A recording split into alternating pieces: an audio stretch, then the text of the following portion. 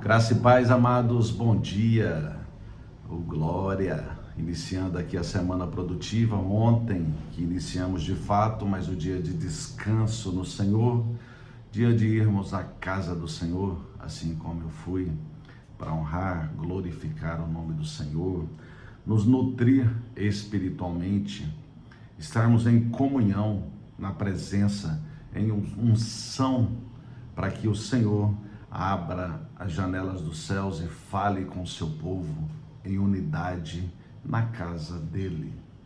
E ontem, como foi dia das mães, mais um dia que replico.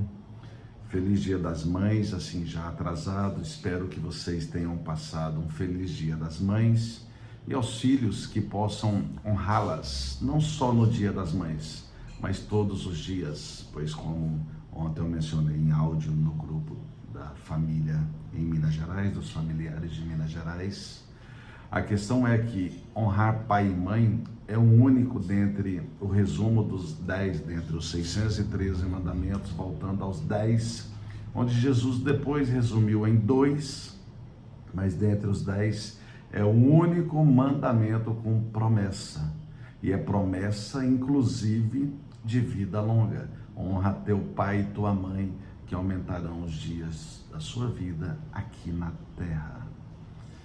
E mais um dia, mas que a gente possa honrá-las, honrar nossas mães, seja em vida ou não.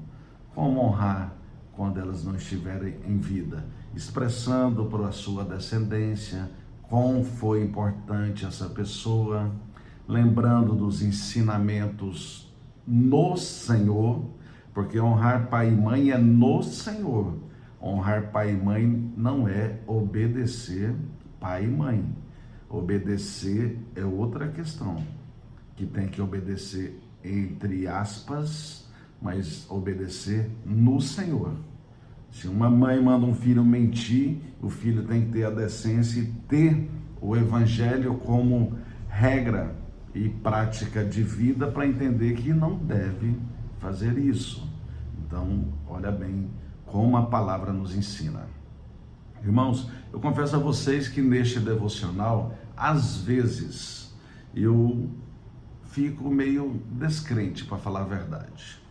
Às vezes, eu penso em desistir de fazer este devocional, porque são muitas críticas, são muitas pessoas contrárias às vezes, mas quando eu ouço Jesus dizer o que ele disse aqui nesta palavra, ali dentre os 40 dias que ele estava, que ele ressuscitou e ficou aqui na terra.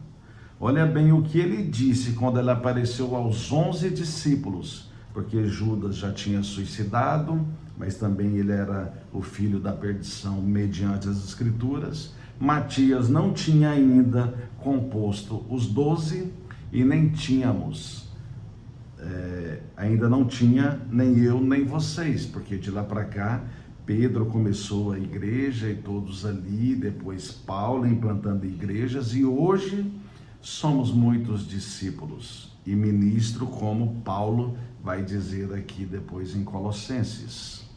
Então olha bem o que Jesus disse quando ele, antes dele subir aos céus dos 40 dias, e disse-lhes: ide por todo o mundo e pregai o evangelho a toda criatura. Veja que o Senhor não impõe condições aqui. Fala, olha, você que é perfeito, que você que é como eu, Jesus Cristo, você vai e prega o evangelho. Ele não coloca essa condição. Por mais que para ser um discípulo, as pessoas em geral, precisa estar com o Espírito Santo dando direção em todas as situações. Quando você, quer dizer que você vai errar o alvo, você vai falhar, mas você só não pode estar na condição de estar a transgressão ou a iniquidade sobre você. Mas você é um ser humano. Então, frisem isso. O Senhor Jesus disse: ide por todo o mundo e pregai o evangelho a toda criatura. Aqui foi uma resposta para mim nesse dia, meus irmãos. Ontem mesmo foi um dia que eu falei, quer saber, eu não vou nem fazer mais o devocional, mas por obediência a Cristo Jesus, o Filho, que é o Pai igual no Trino, que é Deus igual nesta Trindade. Então ele falou comigo aqui, então eu não desisto. Pode vir investida de onde for, eu não desisto porque eu estou aqui a serviço da palavra. Então o Senhor diz aqui, Marcos, por coincidência, eu que gosto de números, no Evangelho de Marcos e bem no número 16, que é bem o dia que eu nasci. Olha bem, então ele disse exatamente assim, para eu ir e pregar o Evangelho a toda criatura. Então eu não desisto, confesso para vocês que realmente eu estava assim, mas em Cristo Jesus somos mais que vencedores. Glória a Deus. Vamos orar? Pai querido, em nome de Jesus, foi expressado aqui, além da tua palavra, até a minha condição emocional, Senhor, sobre às vezes desistir de estar aqui todos os dias, mas como eu bem falo, Senhor, aqui é uma escola para mim mesmo. Mas lógico que eu tenho alvo. Se este devocional chegar a uma pessoa que possa ter transformação, Senhor, que possa compreender que aqui não sou eu ao falar, mas é o Senhor, é a tua palavra, é o que o Senhor me revela, e eu estou aqui por obediência, assim como o Senhor disse, tanto aqui por relatos de Marcos, quanto o relato de Mateus, e depois também Lucas, mais uma vez, vai dizer ali em Atos, que o Senhor deu este comando. Então eu só peço ao Senhor que me capacite, que possa me fortalecer, que o Senhor possa estar presente, para que eu leve essa sua palavra genuína, palavra de confronto, palavra de transformação, palavra de cura e restauração de vidas. E começa por mim, Senhor, eu sei. Pai, muito obrigado, que eu possa desenvolver aqui uma hermenêutica, uma exegese, conforme a revelação do Senhor em mim. E que assim seja, em nome de Jesus. Amém. Amém, meus irmãos, glória a Deus. Essa palavra aqui está aqui no contexto em uma epígrafe que diz, Marcos 16, desde o verso 14, a ordem para a evangelização. É uma ordem, não é, ele não disse assim, Marcos, não Marcos aqui, mas Marcos eu, o fulano, os pregadores da palavra, ou as pregadoras ou as mulheres, olha, se você quiser, você prega o evangelho. Não, ele não disse isso, ele disse, aqui é a ordem para a evangelização.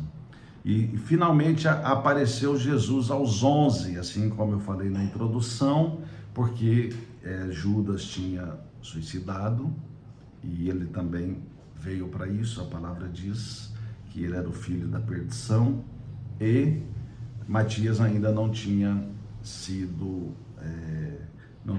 ungido aqui, buscado, consagrado para compor os 12.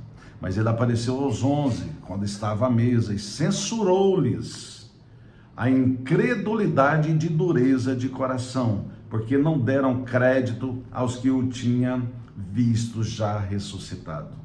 É o que eu falo sempre, irmãos.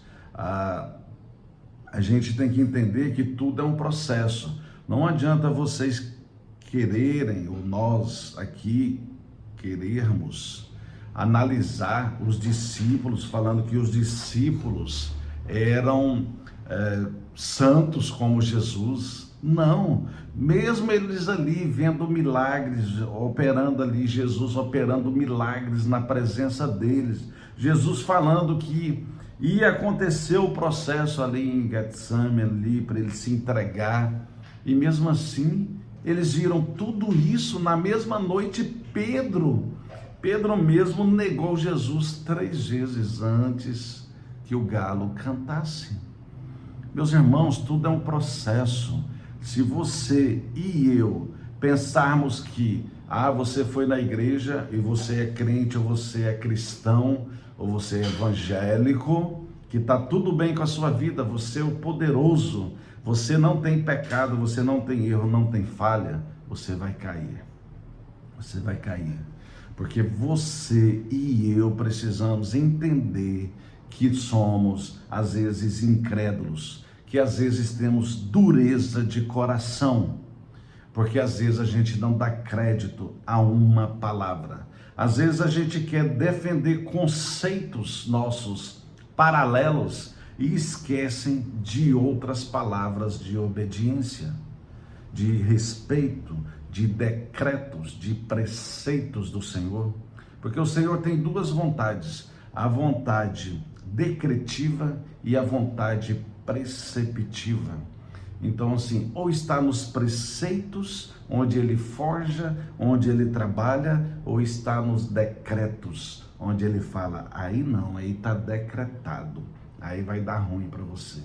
Mas se for nos preceitos, nos caminhos, você precisa ter habilidade, maturidade espiritual, maturidade emocional e a maturidade intelectual, porque você precisa compreender todos esses caminhos.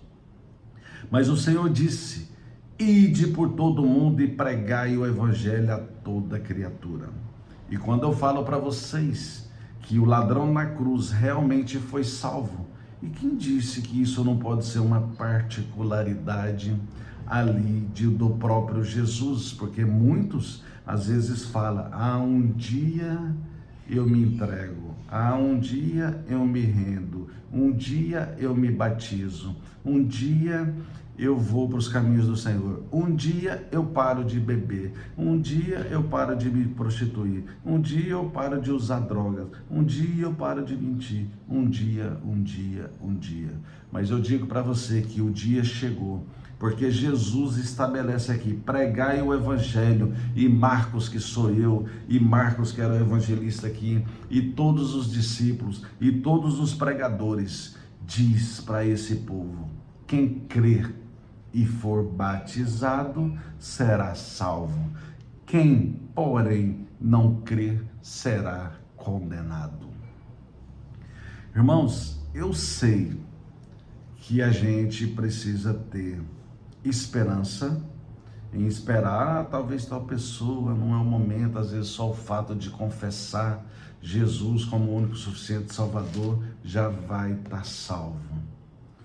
Mas eu digo para vocês, se eu fosse quem estiver me ouvindo, não cria dessa forma, não esperaria, porque Jesus disse aqui, quem crer e for batizado será salvo. E pregai, e porém quem não crer será condenado.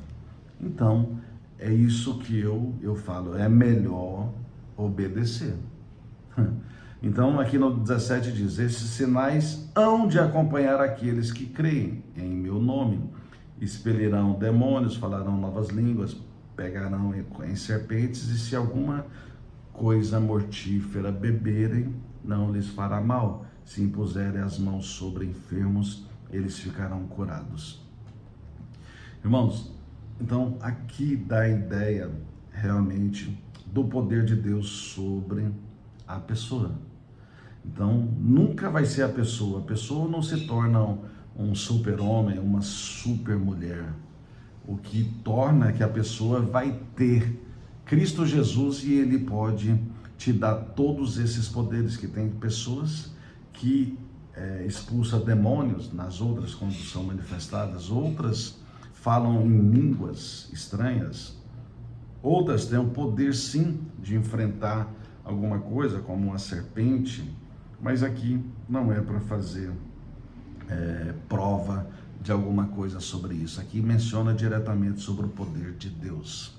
Quero trazer ao paralelo aqui o que Marcos relatou sobre essa fala de Jesus, aqui em 28:19, que ele diz, ide, portanto, fazei discípulos em todas as nações, batizando-os em nome do Pai, do Filho e do Espírito Santo.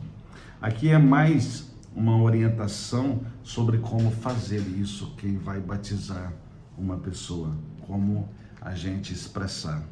Agora, o importante, depois eu levo em Paulo e já vou fechando este raciocínio com mais esses dois paralelos. Olha bem o que Lucas relatou em Atos, as falas também de Jesus, capítulo 1 de Atos, no verso 8. Mas recebereis poder ao descer sobre vós o Espírito Santo, e sereis minhas testemunhas, tanto em Jerusalém como em toda a Judéia e Samaria e até os confins da terra. Então é isso, é o Espírito Santo que a gente recebe, principalmente aqueles que vão na frente pregando, ministrando o Evangelho. As pessoas realmente vai ter o Espírito Santo sendo a direção, e o Espírito Santo vai revelando a forma de condução aqui nessa terra. E é bem verdade que as pessoas podem falhar neste caminho, mas você precisa ter o discernimento, mesmo sendo um novo convertido, vamos dizer, que você também compreenda as Escrituras para que você não caia em falácias, em heresias. É bem verdade que isso acontece também. Mas o que é importante, como Paulo traz aqui no Colossenses capítulo 1, no verso 23, olha bem, e já fecho de fato.